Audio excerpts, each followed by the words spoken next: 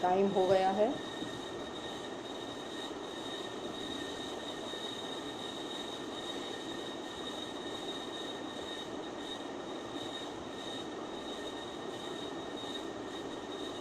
नमस्कार तपन जी।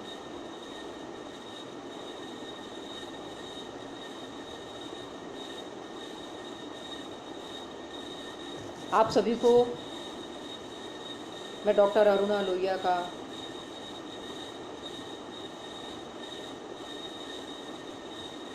अभिवादन। आप सभी मुझे अच्छे से सुन पा रहे हैं। आशा करती हूँ कि आप मुझे अच्छे से देख पा रहे हैं और सुन भी पा रहे हैं। आज का जो सेशन, आज का जो टॉपिक है, योग और कोरोना, इसी टॉपिक पर आज हम चर्चा करेंगे। इसी टॉपिक पर योग क्या है, कोरोना क्या है, कोरोना कैसे हो रहा है, क्या उसके लक्षण हैं, किसको कैसे इसको रोका जा सकता है और योग इसमें क्या सहायता कर सकता है। यही उद्देश्य के साथ आज हम लोग यहाँ पर लाइव मिल रहे हैं। तो सबसे पहले हम प्रार्थना करेंगे। इसके लिए हम अपनी जगह पर अपनी रीढ़ की हड्डी सीधी कर कंफर्ट पोजीशन, जो आपको उचित पोजीशन लगे, उसमें बैठ जाएंगे। अपनी आँखों को बंद करें, शरीर के सभी भागों को रिलैक्स छोड़ें और हम सभी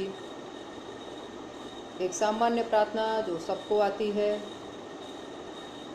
गायत्री मंत्र के साथ हम इस सेशन की शुरुआत करेंगे। तो सभी लोग नमस्कार मुद्रा में अपने हाथों को रखें, आंखें बंद करें और जहां बैठे हैं वहीं से सभी के कल्याण हेतु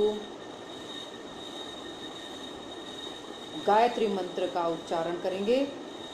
धीरे से श्वास अंदर लें।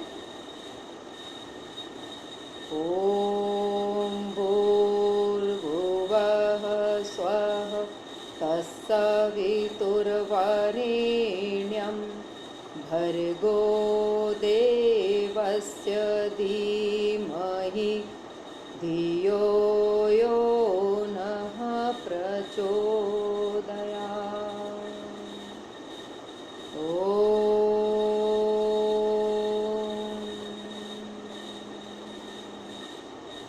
अपनी आँखों को धीरे से खोलेंगे। पहले कुछ इसके ऊपर चर्चा करते हैं। योग क्या है? यदि योग के साधक हैं तो सभी जानते हैं कि योग क्या है। हम अपने एक साधारण शब्दों में कहेंगे कि हम अपनी आत्मा को परमात्मा से मिलाते हैं, या मिलाने का जो मार्ग है उसे हम योग कहते हैं। योग को हम हर परिस्थितियों में जोड़ रहे हैं। आज हम जिस वातावरण में रह रहे हैं वहाँ पर योग सबसे ज़्यादा उपयोगी साबित हो रहा है। वो इसलिए हो रहा है कि एक जिस तरह से आपाधापी वाला जीवन, आपाधापी वाला सभी का जो रूटीन है, सबकी दिनचर्या है, उसमें लोगों को शरीर का, मन का कोई ख्याल नहीं रहता है और अपना कार्य लगातार करते रहते हैं। जब आपका शरीर उस कार्य से थक जाता है, जब आपके शरीर के ऑर्गन्स उस कार्य को जवाब देने लगते हैं, तब वो अपना रिस्पॉन्स दूसरी तरीके से नकारात्मक रूप में करना शुरू कर देते हैं। तब हमारा ध्यान जाता है कि हमारे शरीर में कुछ चेंजेस हुए हैं, या हमारा शरीर कुछ मांग रहा है, डिमांड कर रहा है, उसे आराम की ज़रूरत है, उसे कुछ व्यायाम की ज़रूरत है, कुछ मेडिटेशन की ज़रूरत है, कुछ साधना की ज़रूरत है। हमें अपने जितने भी आंतरिक अवयव हैं उन्हें रिपेयर करने के लिए टाइम देने की ज़रूरत है। यही योग है कि हम योग का अर्थ कि हम अपने आप को देखें, अपने आप को पहचानें, हम क्या हैं, क्यों आए हैं, क्यों जन्म लिया है, हमारा उद्देश्य क्या है। इन सब को देखते हुए हमें योग मदद करता है कि आप अपनी तरफ देखिए, आप अंदर की तरफ देखिए और पहचानिए कि ईश्वर ने हर व्यक्ति को एक अलग बीज के साथ, अलग विचारों के साथ पैदा किया है और उसी का वही उद्देश्य है कि वो जैसे ही जन्म लेता है तो उसे दिमाग में, मन में वैसे ही विचार आना शुरू होते हैं जिस उद्देश्य से वो पैदा हुआ है। परंतु हम उन सब उद्देश्यों को दरकिनारे कर देते हैं और हम आपाधापी वाली जीवन में केवल एक उद्देश्य रह जाता है और वो रह जाता है केवल आर्थिक, पैसा कमाना। उसी की भाग दौड़ में हम लगे रहते हैं और हम अपने शरीर की तरफ से अपना ध्यान हटा लेते हैं। शरीर रोगी होने लगता है, अनेक समस्याओं से घिरने लगता है। आज वैसा ही कुछ हुआ है पूरे विश्व में। जो कोरोना नाम की महामारी हम देख रहे हैं, सुन रहे हैं, महसूस कर रहे हैं, लोगों को हम इस बीमारी में जाते हुए देख रहे हैं, किस तरह की समस्याओं का सामना करना पड़ रहा है सभी को, वो सब देख रहे हैं। और हमें लगता है कि कहीं ना कहीं इसमें मनुष्यों का ही हाथ है और कुछ ना कुछ हमारी गलतियां रही हैं जिसकी वजह से ये महामारी पूरे विश्व भर में फैली है। यदि हमने इस गलती को किया भी है तो हम इस गलती को सुधारने की कोशिश कर सकते हैं, प्रयास कर सकते हैं और वो हमारा सबसे अच्छा मार्ग रहेगा योग। यदि हमने 24 घंटे में 1 घंटा भी अपने लिए चुन लिया, योग के लिए दे दिया, तो ये मान के चलिए, विश्वास रखिए कि आपके 23 घंटे एकदम सुरक्षित होंगे। आप उसमें अपने शरीर पर पूरा ध्यान दे पाएंगे। बाकी के 23 घंटे आप उसको जी पाएंगे, एंजॉय कर पाएंगे। आपका कोई उद्देश्य होगा, वो उद्देश्य पूरा कर पाएंगे। इसीलिए अपने आप को 1 घंटा नहीं दे सकते हैं तो 45 मिनट दें, उतना भी नहीं दे सकते हैं तो 40 मिनट 30 मिनट अपने आप को ज़रूर दें, ताकि आप आने वाली समस्याओं से आपका शरीर तैयार रहे, लड़ पाए और आप हमेशा सुरक्षित रहें, निरोगी रहें। यही इसीलिए आज हम योग का सब्जेक्ट कोरोना को भगाने के लिए जो चुना है कि कोरोना देश छोड़ के जाए, भागे। मैं तो कह रही हूँ दोस्त तो क्यों छोड़े, पूरे विश्व में से ही क्यों कोरोना को हट जाना चाहिए। और ये संदेश सबको मिले कि केवल हम कुछ समय के लिए योगाभ्यास यदि कर लेते हैं, लाइफस्टाइल को हम अपनी चेंज कर लेते हैं, थोड़ा खान पान को बदल लेते हैं, तो हम निश्चित रूप से इस महामारी से सुरक्षित रह पाएंगे। कैसे रह पाएंगे? क्योंकि योग, अकेला योग में हम आध्यात्मिक पहलू और दूसरा शारीरिक और मानसिक पहलू, इन 3 पहलुओं को देखते हैं। जब हम बीमारी के बारे में चर्चा करते हैं तो हमें लगता है कि केवल हमें आसन और प्राणायाम हमें फ़ायदा करता है, लेकिन जब भी कोई महामारी जैसे कोरोना फैली है, इसमें हमें तीनों का अभ्यास आवश्यक है। हमें शारीरिक रूप से भी योग अभ्यास करना चाहिए, हमें मानसिक रूप से भी करना चाहिए, हमें आध्यात्मिक रूप से भी करना चाहिए। जब हम तीनों को करेंगे तो इससे हमारे सभी शरीर के सभी भाग, जैसे मानसिक स्तर हमारा सुधरेगा, शारीरिक स्तर सुधरेगा और आध्यात्मिक स्तर भी सुधरेगा। क्योंकि अध्यात्म ही हमारे लिए बहुत ज़रूरी है, क्योंकि हम तभी इस महामारी से दूर रह पाएंगे जब हमारा मन शांत होगा, एकाग्र होगा, तभी हमारा शरीर भी निरोगी होगा। तो हमको सोचेंगे कि भाई कोरोना क्या है, तो कोरोना के बारे में हम आज सभी जानते हैं। बहुत सारे जगह जगह पर सभी लोगों को समझाने के उद्देश्य से बहुत से पैम्पलेट यहाँ वहाँ मोबाइल के थ्रू, ऑनलाइन के थ्रू सभी को मैसेज दिए जा रहे हैं कि कोरोना क्या है, कहाँ से आया है, इससे कैसे बचा जा सकता है। तो हम ये मान लें कि ये कोरोना एक वायरस है और ये वायरस जैसे एक सामान्य और भी वायरस होते हैं उन्हीं की तरह ये वायरस है, लेकिन सभी वायरसों का अपना एक अलग रूप होता है। उसी तरह ये कोरोना का भी अपना एक रूप अलग है। वायरस भी हम जब कांटेक्ट में रहते हैं तो एक दूसरे को होता है, इसमें भी कोई घबराने की बात नहीं है। यहाँ पर भी जब हम किसी के कांटेक्ट में रहते हैं तो ये वायरस भी हमें होता है, लेकिन उन व्यक्तियों को नहीं होगा जिनका इम्यूनिटी पावर स्ट्रॉन्ग है, जिसकी रोग प्रतिरोधक क्षमता तगड़ी है, स्ट्रॉन्ग है, वो सुरक्षित रहेगा। उसके सामने चाहे कितने भी मरीज कोरोना पेशेंट खड़े होंगे, लेकिन वो उससे फाइट कर पाएंगे और उन्हें ये छू भी नहीं पाएगा। कोरोना के इस वायरस से हमें घबराने से ज़्यादा उससे सुरक्षित रहने की आवश्यकता है। हम घबराते हैं तो जब जब भी किसी भी पेशेंट को संक्रमित हमने देखा है या सुना है तो उसके यही कारण रहे हैं कि उसकी हालत तब बिगड़ी जब कोरोना का नाम सुनते हुए कि उसे पॉजिटिव हुआ है तो उसे लगने लगता है कि अब मेरा जीवन समाप्त हो जाएगा, या फिर मुझे अलग से एक हॉस्पिटल में कमरे में डाल दिया जाएगा और मैं किसी से मिल नहीं पाऊँगा और पता नहीं अब मेरा जीवन है कि नहीं। तो घबराने की वजह से ही ज़्यादातर कार्डियक अरेस्ट हुए हैं। जितने भी कार्डियक अरेस्ट हुए हैं वो हॉस्पिटल जाने के बाद हुए हैं, और यही बड़ा कारण है कि मृत्यु की संख्या हमें सुनने में आ रही है। लेकिन क्या आप लोग सब ये नहीं जानते कि यदि कोरोना भी नहीं होता तो भी इतनी जो 300 साढ़े 300 मृत्यु हम इंदौर में सुन रहे हैं, तो वो क्या मृत्यु की सामान्य संख्या 6 महीने में एक सामान्य दर नहीं है? क्या ऐसा कोई कार्डियक अरेस्ट का पेशेंट नहीं होगा कि जो उसे अटैक आया हो और उसकी मृत्यु हो जाए, या किसी को डायबिटीज़ शुगर की प्रॉब्लम हो, किसी की किडनी की, किसी को डायलिसिस चल रहा हो, उसको सडनली कुछ और प्रॉब्लम बढ़ती है, कोई संक्रमण बढ़ता है, कोरोना के अलावा कोई संक्रमण बढ़ता है। हम हमेशा ऐसे पेशेंट के लिए संक्रमण से बचाने की कोशिश करते हैं। अब कोरोना आया है तो हम कोरोना की बात कर रहे हैं, लेकिन हमें हर बार एक इन्फेक्शन से बचाने की बात करते हैं। तो वो क्या नॉर्मल डेथ नहीं हो सकती थी? क्या हम इन सबको कोरोना डेथ मान लें? क्या ये कोरोना नहीं होता तो क्या 300-400 डेथ एक साथ 4-5 महीने में नहीं हो सकती थी? हो सकती थी। ऐसा कुछ हमेशा ही होता रहा है। एक मृत्यु सामान्य प्रक्रिया है, और किसी बीमारी से कोई जाता है तो भी सामान्य प्रक्रिया है। लेकिन कोरोना के चलते यदि कोरोना पॉजिटिव हो गया है तो उसको ये मान लिया जाता है कि ये कोरोना से मरा है, क्योंकि उसे कोई हार्ट डिजीज़ है या डायबिटीज़ है या कुछ और अन्य प्रॉब्लम है तो उसको शामिल कर लिया गया।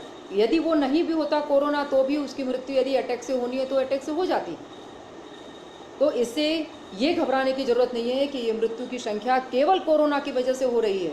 ये मृत्यु की संख्या एक सामान्य है। इसमें बहुत सारे ऐसे पेशेंट हैं, बहुत सारे मरीज हैं, वो केवल हार्ट अटैक के कारण या दूसरी बीमारियों के चलते उन्होंने अपनी जान को गंवाया है। लेकिन संयोग की बात रही है कि वो कोरोना के समय में उनकी मृत्यु हुई है और उसी समय उसे कोरोना संक्रमण हो गया है, तो वो उसे उसी में मान लिया गया है कि ये कोरोना से उसकी डेथ हुई है। इसलिए इससे घबराने की जगह इसके साथ आपको फाइट करना है, लड़ना है। कोई ज़्यादा कुछ आपको मेहनत नहीं करनी है, केवल आप नित्य 1 घंटा पौन घंटा आप योगा अभ्यास करिए, प्राणायाम का अभ्यास करिए और कुछ समय के लिए मेडिटेशन करिए। आपका इम्यूनिटी पावर स्ट्रांग होगा, आपका मानसिक स्तर स्ट्रांग होगा और आपके शरीर की सभी मांसपेशियों का जो खिंचाव होता है, दबाव होता है, जिससे आपका ब्लड सर्कुलेशन बढ़ता है, प्रॉपर होता है, इससे आपके सभी तरीके की परेशानियों से आप बचे रहेंगे और आप निरोगी रहेंगे। इसलिए घबराने की जगह आप उसका इलाज देखिए क्या है, उसको कोरोना को समझ लें कि ये सामान्य वायरस की तरह ये एक वायरस है। फर्क थोड़ा हर वायरस का अपना एक नेचर होता है और उसका ये नेचर है कि वो जाता है तो गले में संक्रमित सीधा अटैक करता है, उसके बाद सीधा अपने लंग्स में जाता है। यदि हम योग के स्टूडेंट हैं और हम योग के बारे में जानना चाहते हैं तो हमें एक चीज़ हमेशा ध्यान रखना है कि जब भी कोरोना संक्रमण हुआ है तो आपको इतना ध्यान रखना है कि आपके गले सबसे पहले ये संक्रमण आपके गले में ठहरता है। तो आपको यदि गले में कुछ प्रॉब्लम होती है, गले में कुछ सांस लेने में तकलीफ़ होती है, गले में आपको कुछ इरिटेशन होने लगता है, खरांश आती है, खांसी आती है, उसी समय आपको ये समझ लेना चाहिए कि हमें कुछ गले से समस्या हो रही है। तो ऐसा तो नहीं कि कोरोना का संक्रमण हो गया हो। आप उसी समय गरारे करते हैं। गरारे करने के बाद सबसे जो अच्छा उत्तम तरीका होता है वो होता है स्टीम लेना। गरारे लोग बहुत अति कर लेते हैं। अति गरारे करने की वजह से भी गले में ड्राइनेस आ जाती है। जो हमारे गले की स्किन अंदर की है बहुत ही सॉफ्ट होती है। जब हम लगातार गरारे करेंगे तो हमारे गले में रेशेस पड़ जाएंगे, ड्राइनेस आ जाएगी। इससे क्या होगा कि हमारे खांसी नहीं हो रही होगी तो खांसी होने लगेगी, आपको इरिटेशन होने लगेगी वहाँ पर, तो और खुजली की वजह से आपको फिर खांसी स्टार्ट हो जाएगी। तब आप घबरा जाते हैं कि मुझे खांसी आई है, इसका मतलब कोरोना हो गया। हमारे पास ऐसे कितने लोगों के समस्याएं आई हैं कि कुछ भी परेशानी नहीं है, केवल खांसी आ रही है। जब उनका रूटीन देखा गया तो समझ में आया कि वो नित्य सुबह शाम गुनगुने पानी से नमक डाल के नित्य गरारे कर रहे हैं। अब जब आप रोज़ गरारे कर रहे हो तो गरारे करते हुए आपके गले पर प्रेशर आएगा, और वो इतनी सॉफ्ट हमारी सेंसिटिव स्किन है कि वहाँ पर रेशेस आ सकते हैं, वहाँ की स्किन ड्राई हो सकती है। तो वहाँ जब आप गरारे कर चुकोगे उसके बाद ड्राइनेस की वजह से खुजली चलेगी और आपको खांसी आएगी। तो मैंने उनका गर्म पानी और गरारे कराने छुड़ा दिया। जब गर्म पानी पीना और गरारे करवाना छुड़ा दिया तो इनको इवनिंग मतलब यार नेक्स्ट डे से खांसी बिल्कुल टोटल ख़त्म हो गई। तो लोगों ने इसको ऐसा मान लिया कि कोरोना हमें हो ही नहीं, तो सुबह शाम गरारे करो, गर्म पानी पियो, खूब सारा काढ़ा पियो, खूब सारा अदरक डालो, खूब सारी गर्म चीज़ें खाओ जिससे कि हमारे ऊपर संक्रमण ना आए। गलत ये है, इससे आपको दूसरे साइड इफ़ेक्ट पैदा हो रहे हैं। ये जब आपको प्रॉब्लम हो रही है तब करिए, अथवा आपको लगता है कि हम ऐसे कोई संक्रमित व्यक्ति के पास से गुजरे हैं या आपके पास आरोग्य सेतु है और वो आपको वहाँ पर मैसेज दे रहा है कि आप किसी व्यक्ति के संक्रमित व्यक्ति के पास थे, तब आप ये प्रोसेस करिए ताकि आप बचे रहें।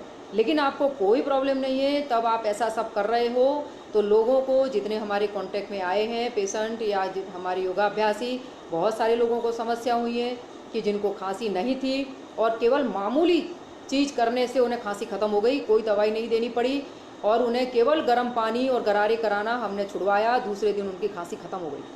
क्योंकि लगातार गर्म पानी जो हमने समझाया वैसा ही गर्म पानी आपको लगातार पीने पर नुकसान होगा। पूरा दिन सुबह आपका जो नियम होता है वो पीजिए, आप रात को दूध में हल्दी डाल के पीते हैं वो पीजिए, लेकिन हम गर्मी के मौसम से ही गर्म चीज़ों को लगातार ले रहे हैं। इसकी वजह से लोगों में यूरिन इन्फेक्शन बहुत ज़्यादा हो रहा है, यूरिन की तकलीफ़ें बहुत ज़्यादा बढ़ रही हैं, लोगों को एसिडिटीज़ प्रॉब्लम बहुत हो रही है। इतनी एसिडिटी हो रही है कि उसका लेवल हाई लेवल हो रहा है एसिडिटी का, क्योंकि ये सारी चीज़ें बहुत ही ज़्यादा गर्म है। हम इसको रोज़ में बर्दाश्त नहीं कर सकते। यदि कोई तकलीफ़ आई है तो ही आप इसका इस्तेमाल करिएगा, नहीं है तो इसका बिल्कुल लिमिटेड और समझने के बाद आपको कब करना चाहिए, क्यों करना चाहिए, ये सब जानकारी करने के बाद ही आपको लॉट ऑफ लें, अदरवाइज ये समस्याएं पैदा करना शुरू कर देगा। इससे लगातार गर्मी अदरक लेने से लगातार आप काढ़े पिएंगे तो आपको यूरिन इन्फेक्शन, एसिडिटी होना, हेयर फॉल होना, बहुत सारी समस्याएं, गले में छाले होना, खांसी होना, सभी समस्याएं आपको आने लगेंगी। तो आंखें बंद करके सारी चीज़ें ना करें, सभी चीज़ों को समझ के करें, जब ज़रूरत है तब करें, आपको लगता है कोई समस्या है तभी करें। अब हम देखते हैं कि ये कोरोना से हमें बचने के लिए योग हमें कहाँ से मदद करता है और क्या क्या अभ्यास हम करेंगे जिससे हम कोरोना से बच सकते हैं। तो जैसे कि हमने बताया कि कोरोना सबसे पहले जब आता है तो हमारी नासिका के द्वारा, श्वास के द्वारा आता है। हम श्वास लेते हैं, चाहे हम मुंह से हवा लें तो भी हमारी श्वास नली में जाती है और नाक से लेते हैं तो भी हमारी श्वास नली में जाता है, और वहीं से ये अटैक करता है हमारे श्वास नली में अंदर। श्वास नली में अटैक करने की वजह से वहाँ पर सूजन आ जाती है, तो हमें अगल बगल इरिटेशन होता है, तो हमें खांसी आती है। तो हमें ये समझना पड़ेगा सबसे पहले कि हमें श्वास नली से ये वायरस गया है तो उस श्वास नली को क्लियर करना है। हम गरारे करेंगे तो श्वास नली के आसपास का एरिया, उसका जो सूजन आई है वहाँ फ़ायदा होगा, तो हमें गले में थोड़ा रिलैक्स होगा।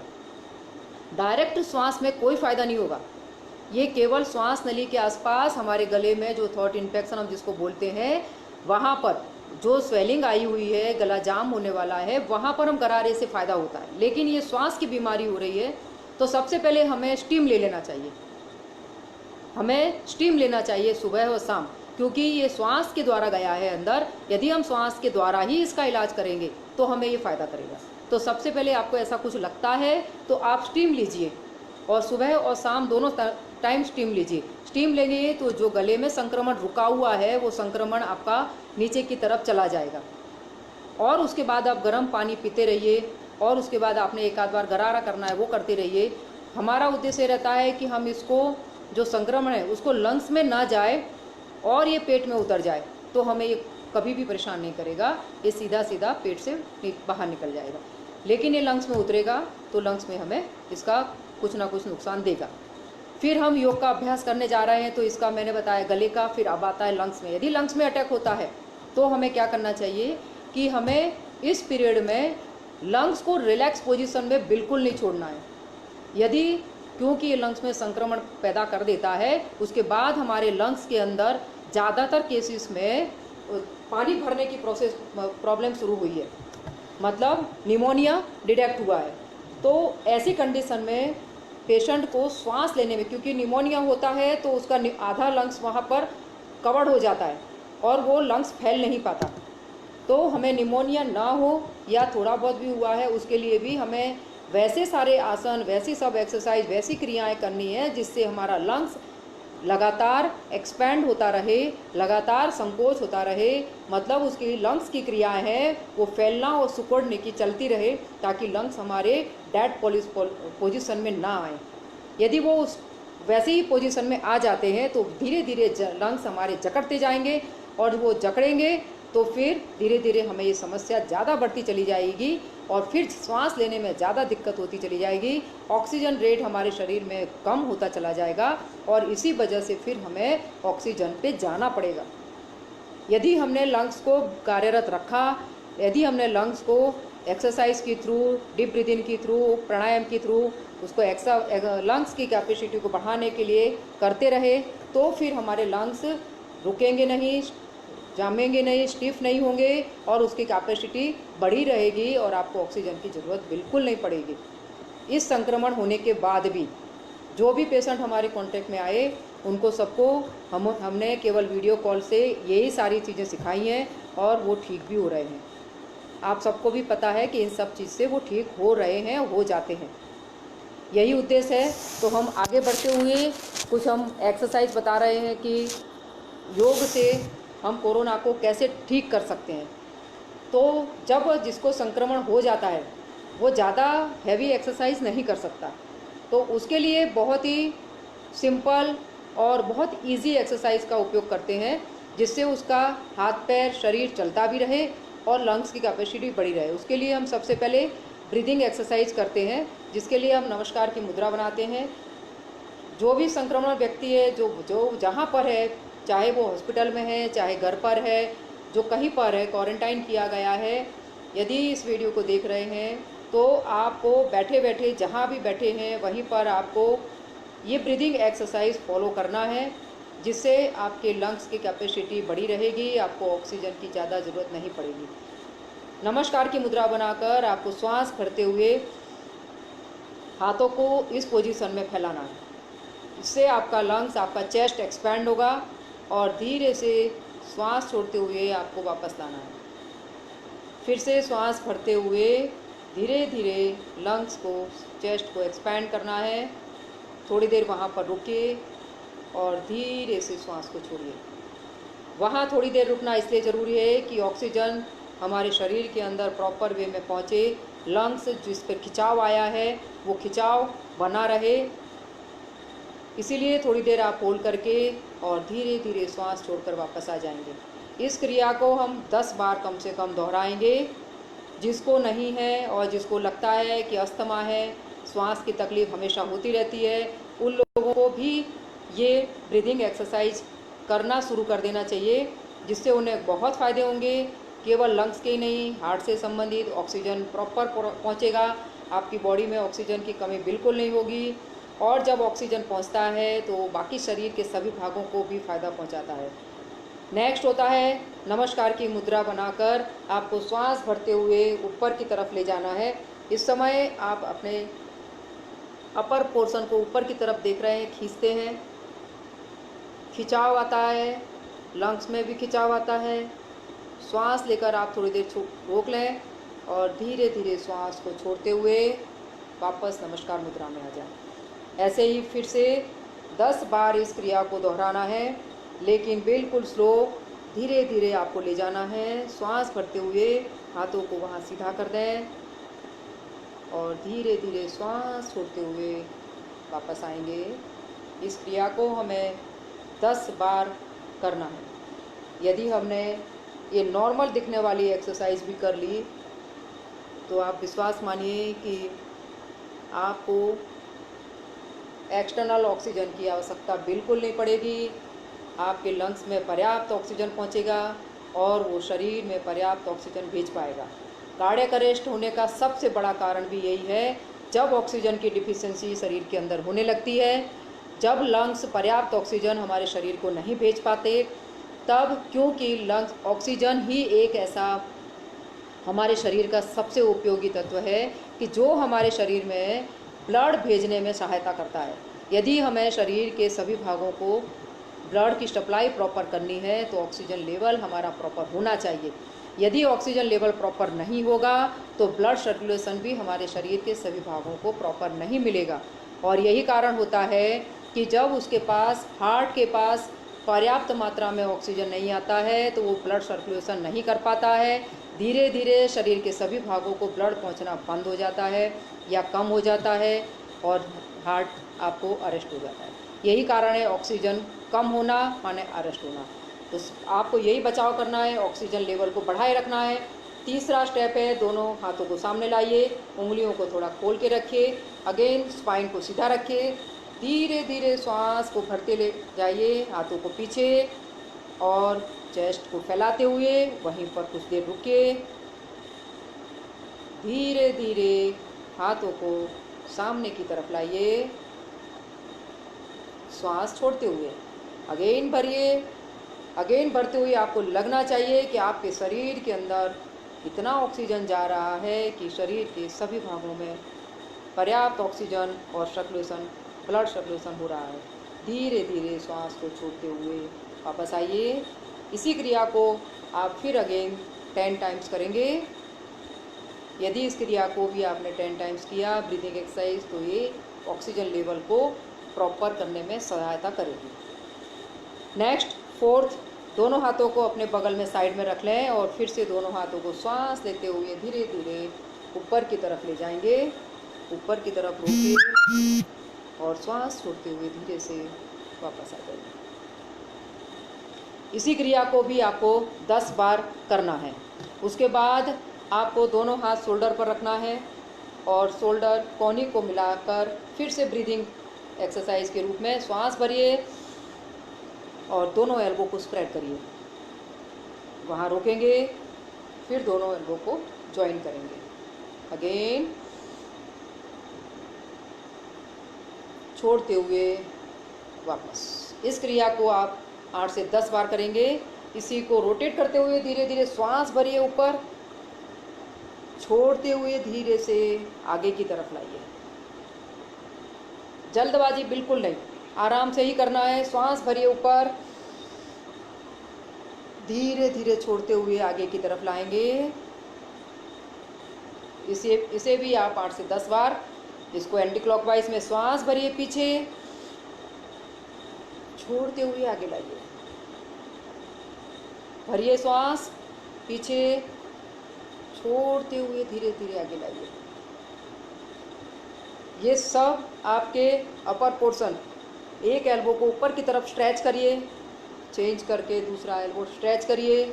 ये आपके बॉडी के पार्ट्स की एक्सरसाइज होगी, आपके बाहों के स्ट्रेचिंग की एक्सरसाइज होगी और ये आपके लंग्स को स्ट्रेच करने में भी मदद करेंगे। इसलिए ये एक्सरसाइज अपर पोर्शन की जितनी भी है वो आपके लंग्स के साथ साथ आपके बॉडी के अपर पार्ट्स को स्ट्रेच करेंगी।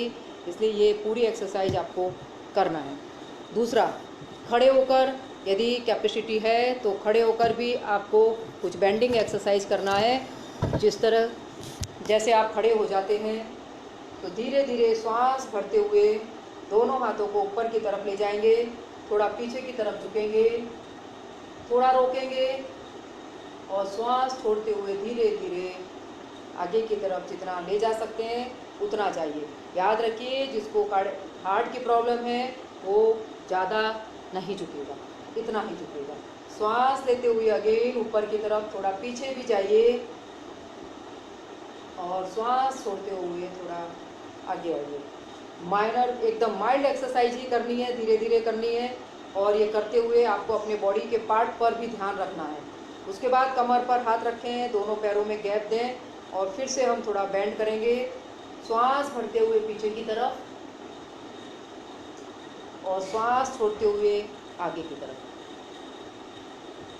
फिर से श्वास भरिए पीछे की तरफ, श्वास छोड़ते हुए आगे की तरफ। ये 8-10 बार एक्सरसाइज ये भी करनी है। दूसरी जो हम एक हस्त कटी चक्रासन करते हैं, जिसके लिए हम राइट हैंड ऊपर ले जाते हैं, पैरों को मिला लेते हैं, साइड में झुकते हैं। ये सारी एक्सरसाइज जो करेंगे वो श्वास के साथ करेंगे। तो ऊपर ले जाइए, श्वास भरते हुए झुक जाइए। अब यहाँ पर रुके रहिए और श्वास को नॉर्मल करना। धीरे से वापस आ जाएंगे। ऐसे ही लेफ्ट को धीरे धीरे झुक जाएंगे, नॉर्मल ब्रीदिंग करेंगे इधर आकर और रुके रहेंगे। धीरे से वापस आ जाएंगे। पैरों में थोड़ा गैप देकर दोनों हाथों को सामने ले जाएंगे। राइट दोनों हाथ ले जाएं। द्विहस्त कटी चक्रासन का अभ्यास करेंगे। जितना ले जा सकते हैं उतना ले जाइए। किसी भी आसन में जाकर थोड़ा सा रोकिए। यदि आप रोकते हैं तभी आपके शरीर के सभी ऑर्गन्स को थोड़ा टाइम मिलता है स्ट्रेच होने का, दबाव होने का, जिससे आपकी मांसपेशियां पर प्रेशर आएगा, ब्लड सर्कुलेशन बढ़ेगा, मसल्स की आपकी स्ट्रेचिंग होगी और आपको बहुत से फायदे तभी होंगे जब आप रुकेंगे। धीरे से वापस आकर ऊपर ले जाइए। ताड़ासन का अभ्यास करते हुए एड़ी को ऊपर उठाएं, खींचें, खींचकर थोड़ी देर रोकिए, फिर वापस आइए। फिर से धीरे से ऊपर उठाइए, खींचिए, रोकिए और वापस आइए। जिसको संक्रमण है वो इन लोगों के लिए सारी मैंने आरामदायक बताई हैं। बाकी लोगों के लिए जो आप रोज़ कर सकते हो वो सारे आसन, सारी एक्सरसाइज आप करें। ये केवल उन लोगों के लिए है जो संक्रमित हुए हैं और जिन्हें शंकाएं हैं और जिन्होंने कभी कुछ नहीं किया है और उन्हें करना चाहिए। तो वो धीरे धीरे ये सब आसनों का अभ्यास शुरू कर दें, जिससे उनके लंग्स की कैपेसिटी बढ़ेगी, ऑक्सीजन ज़्यादा शरीर में पहुंचेगा, जिससे ब्लड सर्कुलेशन भी शरीर में पर्याप्त मात्रा में सभी शरीर के भागों में पहुंच पाएगा और वो बीमारी से लड़ने के लिए तैयार रहेगा। इतनी एक्सरसाइज आप खड़े होके कर सकते हैं, क्योंकि यदि आपके सामने कोई इंस्ट्रक्टर नहीं है, बताने वाला नहीं है, तो ये नॉर्मल एक्सरसाइज है, नॉर्मल आसन है, वो आप कर सकते हैं, जिससे कोई हानि नहीं होगी, कोई नुकसान नहीं होगा आपको और आपके शरीर में ये प्रॉपर फ़ायदा देगा। आपको मेन उद्देश्य है कि जब ये कोरोना है, कोरोना में सबसे बड़ा जो ध्यान रखने वाला विषय है वो है श्वास का। तो श्वास को जो भी हम आसन कर रहे हैं उसमें श्वास को ध्यान रखते हुए, डीप ब्रीथ करते हुए या श्वास लेते हुए या छोड़ते हुए, थोड़ा होल्ड करते हुए जो प्रक्रिया समझाई है उसको प्रॉपर फॉलो करेंगे तो ही इसका हमें फ़ायदा हो पाएगा। अदरवाइज़ कोई फ़ायदा नहीं होगा। हमें कोई फास्ट एक्सरसाइज, कार्डियक एक्सरसाइज नहीं करनी। इसमें हम आराम से ऑक्सीजन लेवल को बढ़ाने वाली एक्सरसाइज करेंगे। इसके बाद हम करेंगे थोड़ा प्राणायाम, और प्राणायाम में हम बहुत ही सिंपल, सबसे ज़्यादा परेशानी उन लोगों को होती है जिनको फीवर होता है और जिनको खांसी हो रही है और जिन्हें ज़्यादा परेशानी हो रही है, वो बिस्तर पे या बार बार उठ नहीं पाते। जो आसन हमने बताए वो आसन भी करने लायक नहीं है, जो ब्रीदिंग एक्सरसाइज है वो भी करने लायक नहीं है, क्योंकि उन्हें फ़ीवर है और उन्हें फ़ीवर की वजह से शरीर में बिल्कुल ताकत नहीं है। ऐसे व्यक्तियों को केवल लेटे बैठे जिस पोजीशन में भी हैं उन्हें कुछ भी नहीं करना है, केवल वो डीप ब्रीथ करें, गहरा श्वास लेटे लेटे ही रहते रहें, अपनी लंग्स को बिल्कुल भी रेस्ट पोजीशन में ना जाने दें। रेस्ट पोजीशन में कि जो हालत में हैं, शिथिल हो रहे हैं, तो उन्हें शिथिल अवस्था में ना पहुंचने दें, ये ध्यान में रखना है। तो लेटे लेटे ही वो जैसे बैठे हैं, लेटे हैं, जब भी याद आता है तब वो चेस्ट को फुलाकर डीप ब्रीथ दोनों नासिका से कर लें। थोड़ा रोकें और धीरे धीरे छोड़ें। छोड़ना और लेने का काम बहुत ही आराम से करें, पूरा कंसंट्रेशन के साथ करें, श्वास को देखते हुए करें। फिर से भरिए श्वास, लंग्स और पेट को फैलते हुए देखिए, धीरे धीरे श्वास को छोड़िए। इससे उनका मन एक तो श्वास पे लग जाएगा और अपने अंदर ज़्यादा ऑक्सीजन ले पाएंगे, ज़्यादा कार्बन डाइऑक्साइड छोड़ पाएंगे। दूसरा, मन यदि उनने श्वास पर लगा लिया तो उनके अंदर जो नेगेटिव थॉट आ रहे हैं वो थॉट अपने आप ख़त्म हो जाएंगे, रिलीज़ हो जाएंगे। उनका मन धीरे धीरे श्वास की तरफ लगने लगेगा, बाहर के विचारों से मुक्त हो जाएगा, मन शांत हो जाएगा, घबराहट कम हो जाएगी, टेंशन ख़त्म हो जाएगा। इसलिए ये सबसे बेस्ट है, और इसकी आदत डल जाए तो सबसे अच्छा तरीका यही है कि धीरे धीरे श्वास को लेटते हुए, बैठते हुए, जब पोजीशन में है, जब उन्हें याद आता है, वो केवल डीप ब्रीथ करें, केवल गहरा श्वास लेकर छोड़ते रहें। इससे ऑक्सीजन ज़्यादा पहुंचता रहेगा और ऑक्सीजन की डिफिशियंसी नहीं होगी। उसके बाद प्राणायाम, अनुलोम विलोम प्राणायाम हर व्यक्ति को करना चाहिए। जो संक्रमित है उसे भी करना है, और वैसे भी जनरल सभी लोग करेंगे तो उसका फ़ायदा सबको बहुत ज़्यादा होगा। तो अनुलोम विलोम का अभ्यास करना है। कपालभाति करना होता है, लेकिन जब फीवर है, यदि शरीर में कोई कष्ट हो रहा है तो उस कष्ट के समय हम कपालभाति का अभ्यास नहीं कर पाएंगे। लेकिन जब हमें कष्ट नहीं है, जब हमें कोई समस्या नहीं है, फीवर हमारा कंट्रोल में है, तो धीरे धीरे कपालभाति का अभ्यास बढ़ाते जाएंगे। शुरुआत कम से करेंगे, 25, 30, 40 से। उसके बाद धीरे धीरे कपालभाति का अभ्यास बढ़ाएंगे। कपालभाति का अभ्यास करेंगे तो हमारे लंग्स धीरे धीरे क्लियर होते चले जाएंगे, फिर साफ़ होते जाएंगे, और कार्बन डाइऑक्साइड निकलती जाएगी, और हमारे लंग्स बिल्कुल साफ़ होंगे। हम बहुत अच्छे से जब सांस लेंगे तो बहुत फ्रेश ऑक्सीजन हमारे शरीर के अंदर पहुंचेगा, और हमें बहुत अच्छी फीलिंग होगी। लेकिन ये प्रोसेस धीरे धीरे करनी है, इसमें जल्दबाजी बिल्कुल नहीं करनी है। उसके पहले आप श्वास की क्रिया ही करें, आप प्राणायाम करें, अनुलोम विलोम करें, भ्रामरी प्राणायाम का अभ्यास करें, जो उंगली आँख पर, माथे पर और कानों को बंद करके किया जाता है। भ्रामरी प्राणायाम श्वास भर के भंवरे जैसी आवाज़ निकालते हैं।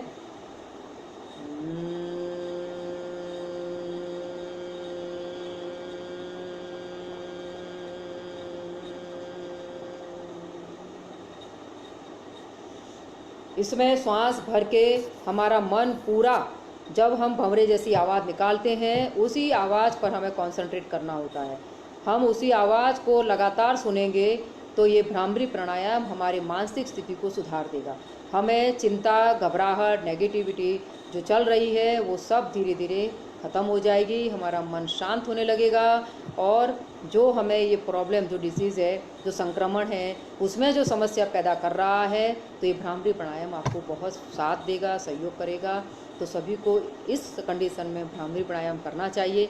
नहीं है तो भी करिए, क्योंकि लोगों को होने का डर लग रहा है, लोग घबरा रहे हैं कि कहीं उनको ना हो जाए। तो मन को शांत रखिए, सारी चीज़ें अपने आप सॉल्व हो जाएंगी। टेंशन से समस्याएं बढ़ जाएंगी। याद रखिए, जब जब हम टेंशन लेंगे, जब जब हम चिंता, एंजाइटी होगी, तब तक हमें ज़्यादा ऑक्सीजन की आवश्यकता हो पड़ती है, क्योंकि उस घबराहट से, उस टेंशन से हमारे शरीर, हमारे हार्ट को ज़्यादा पंपिंग करनी पड़ती है, उसको ज़्यादा ब्लड सप्लाई करना पड़ता है। उस समय ब्लड सप्लाई करते वक्त ऑक्सीजन की ज़्यादा ज़रूरत पड़ती है, जो कि ऑक्सीजन लेवल कम होने की वजह से नहीं मिल पाता। और यही कारण रहता है, जब ऑक्सीजन नहीं मिल पाता और हार्ट पंपिंग करता रहता है तो फिर कार्डियक अरेस्ट हो जाता है। इसीलिए ये ध्यान रखना है कि घबराहट, टेंशन, एंजाइटी, तनाव बिल्कुल नहीं लेना है। यदि समस्या आई है, देखा गया है कि कुछ लोगों को एकदम 3 तरीके से ये कोरोना संक्रमण हो रहा है। एक माइल्ड होता है, किसी को थोड़ी ज़्यादा परेशानियों के साथ होता है, और बहुत कुछ को कोई भी परेशानी नहीं होती है लेकिन पॉजिटिव आता है। तो तीनों लोगों में हम ये मानेंगे कि जिसको कोई समस्या नहीं आई है और उसे पता भी नहीं है कि किसी तरीके का उसको कोरोना है, जब टेस्ट कराते हैं तो पता पड़ता है कि उसे कोरोना पॉजिटिव है। तो क्योंकि उसका इम्यूनिटी पावर स्ट्रांग है और वो उससे फाइट कर पा रहा है, वो उसके शरीर में प्रवेश तो कर चुका था, लेकिन उसने लंग्स तक नहीं गया और उसे फाइट करते हुए उसे बाहर के बाहर ख़त्म कर दिया, तो उसको ये नुकसान नहीं हुआ। यदि माइल्ड वाले हैं तो उन्हें कभी थोड़ी सी खांसी या माइल्ड बुखार आ जाता है, और वो भी 2-3 दिन तक रहता है और वो ख़त्म हो जाता है। कोई भी शारीरिक और समस्याएं उनको नहीं होती हैं। समस्याएं सबसे ज़्यादा जो देखी गई हैं वो उनको ही देखी गई हैं जिनको शरीर में ऑलरेडी पहले से समस्या थी, जैसे हार्ट की डिजीज प्रॉब्लम है, अस्थमा प्रॉब्लम है, किडनी से संबंधित डायलिसिस हो रहा है, या फिर डायबिटीज़ है, मधुमेह का रोग है, ऐसे लोगों को ये समस्याएं यदि हुई हैं तो उन्हें थोड़ा सा ज़्यादा परेशानियां झेलनी पड़ी हैं या उनको मृत्यु की संख्या बढ़ी है, तो ऐसे लोगों की बढ़ी है। क्योंकि जब भी देखा गया है, कई लोगों को ऐसा लगा कि छोटी उम्र का कोई गया है, लेकिन बाद में उनका पता पड़ा कि वो कई समय से अस्थमा से ग्रसित थे। तो हम ये नहीं मान सकते कि केवल कोरोना ही एक बड़ा कारण है मृत्यु का। क्यों ऐसी सामान्य मृत्यु 4 महीने में, 5 महीने में इतनी मृत्यु होना एक स्वाभाविक संख्या है, लेकिन कोरोना काल में होने की वजह से इसमें सब में घबराहट आई है, उस संख्या को कोरोना में गिन लिया गया है। इसीलिए सबको घबराने से अच्छा है कि जो वायरस है, जैसे सर्दी खांसी बुखार का वायरस इस बारिश के मौसम में हमेशा होता रहता है, और यदि बाय द वे इस मौसम में किसी को सर्दी खांसी बुखार होता है तो वो घबरा के तुरंत टेस्ट करा ही लेता है। तो वो सिम्टम आपको समझ में आने लगते हैं कि आपको सर्दी खांसी बुखार क्यों हुआ है। आप पानी में गीले हुए हैं, आप बरसात में खूब गीले होकर आए हैं, इसलिए आपको नेक्स्ट डे बुखार आ गया या खांसी आ गई। वो आपको क्योर घर में कर सकते हो, क्योंकि वो कोई कारण से हुआ है और उसका कारण आपको पता है। दूसरा कारण आपको पता ही नहीं है, कहीं से निकले हो और आपके आरोग्य सेतु ने भी मैसेज दिया है कि कोरोना पॉजिटिव के साथ आप खड़े थे या थे, तो वो आपको समझना है कि हाँ, ये कुछ हमारे लिए सिम्टम आया है कि हम इससे बचाव करें और क्वारंटाइन हो जाएं। लेकिन हर बात को उसी से जोड़कर मत रखिए, क्योंकि ये मौसम ऐसा है, सर्दी खांसी बुखार का मौसम है, मलेरिया का मौसम है, इसमें ही सबसे ज़्यादा टाइफाइड होते हैं, जॉन्डिस होता है। ये मौसम बीमारियों वाला मौसम है, तो हर बीमारी को जो कोरोना से जोड़ के मत देखिए। इससे आप घबराएंगे, आप तनाव में रहेंगे और तनाव आपको बीमार ना होने पर भी बीमार कर देगा।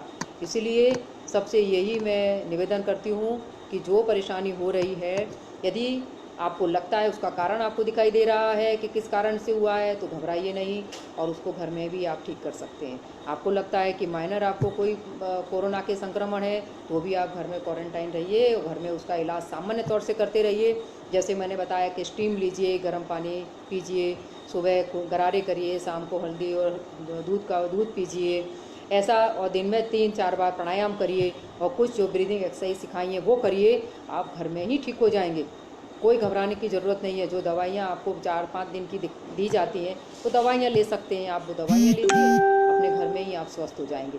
बजाय घबराने का, किसी को ऐसा घबराने वाला संदेश ना दें, बस उससे बचने का संदेश दें कि हम उससे कैसे बचें। तो हम बचेंगे तभी जब थोड़ा योगाभ्यास कर लेंगे, प्राणायाम कर लेंगे, थोड़ा मेडिटेशन कर लेंगे, तो हम बचे रहेंगे और 100% बचे रहेंगे।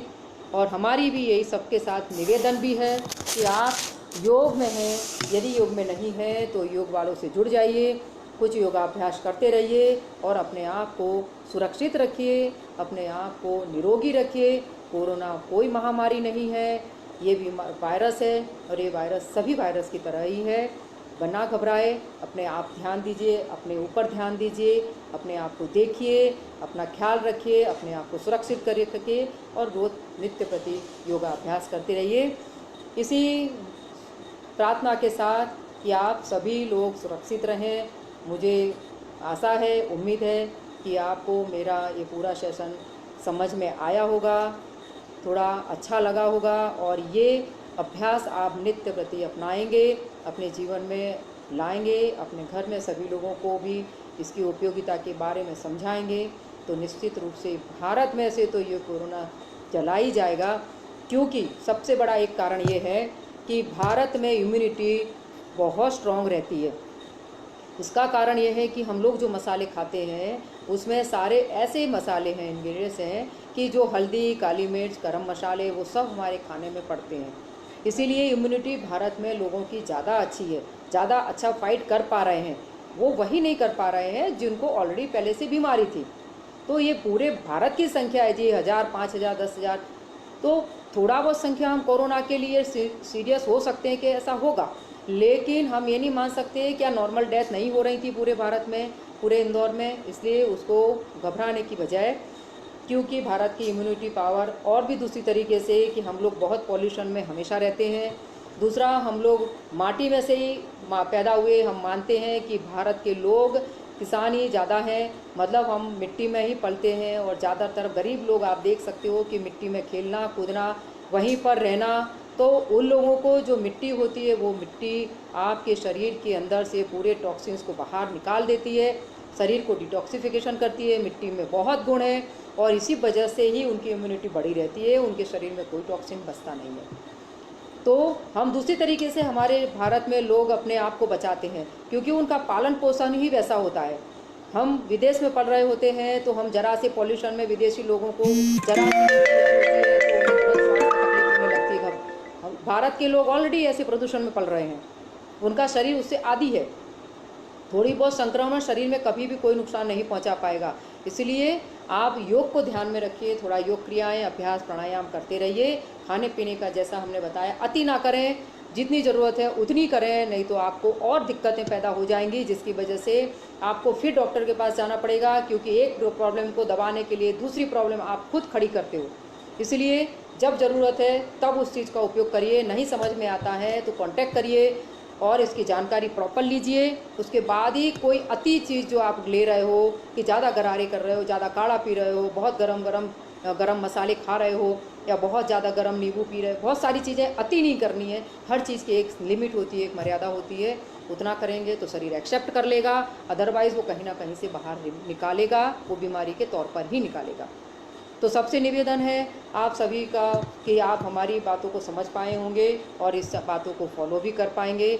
ऐसा करेंगे तो निश्चित रूप से कोरोना भारत से जड़ से चला जाएगा। हम सभी एक साथ सहयोग करेंगे, हम सभी एक दूसरों को सहयोग करेंगे, हम सभी को इस योग से जोड़ने का प्रयास करेंगे और योग से सभी को ठीक करने का प्रयास करेंगे। इसी उद्देश्य के साथ हम आपको बहुत बहुत धन्यवाद करते हैं कि आपने हमारा ये पूरा सेशन मन से सुना, समझा और शायद अच्छा लगा। इसी उद्देश्य के साथ समाप्ति के लिए हम 3 बार ओम का उच्चारण करेंगे। तो पहले कमर गर्दन सीधी कर लें, दोनों हाथ मुद्रा में घुटनों पर रखें, आंखें बंद करें, धीरे से श्वास को अंदर लें और 3 बार ओम का उच्चारण करेंगे।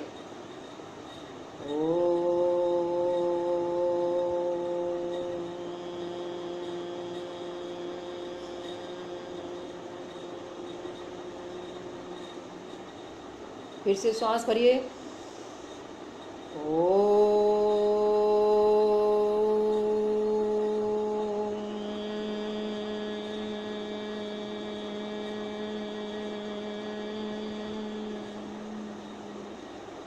फिर से श्वास भरेंगे।